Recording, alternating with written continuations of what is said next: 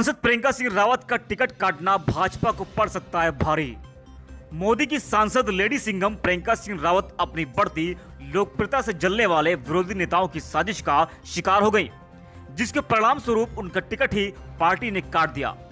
उनका टिकट कटने की खबर लगते ही उनके समर्थक भाजपा कार्यकर्ता सड़कों पर उतर आए और विरोध का स्वर मुखर करने लगे। इनमें पुरुष ही नहीं, भारी संख्या में महिलाएं भी थी। प्रियंका सिंह रावत की जगह बाराबंकी जैतपुर से विधायक उपेंद्र सिंह रावत को टिकट दिया गया है। भाजपा की ओर से कमजोर प्रत्याशी उतरवाया गया है ताकि विपक्षी दलों की जीत आसान हो सके।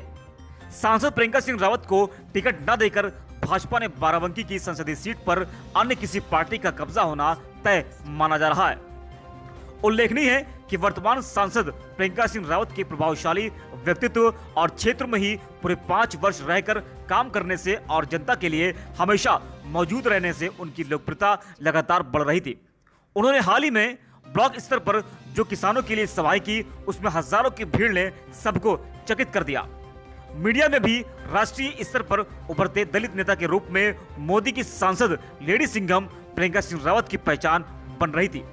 उसी के बाद विरोधी दलों के लोग चाहते थे कि भाजपा इनके बजाय कमजोर प्रत्याशी को टिकट दे, और वही हुआ।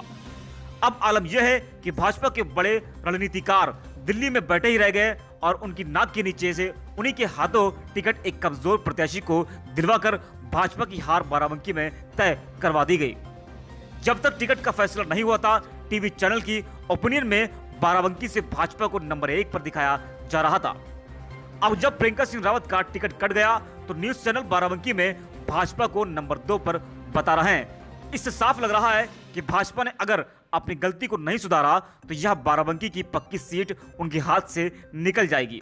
यदि भाजपा बाराबंकी सीट जीतना चाहती है तो उसे प्रियंका सिंह रावत को ही मैदान में उतारना होगा, जो स्थानीय भाजपा नेताओं की साजिश का शिकार हो गई हैं।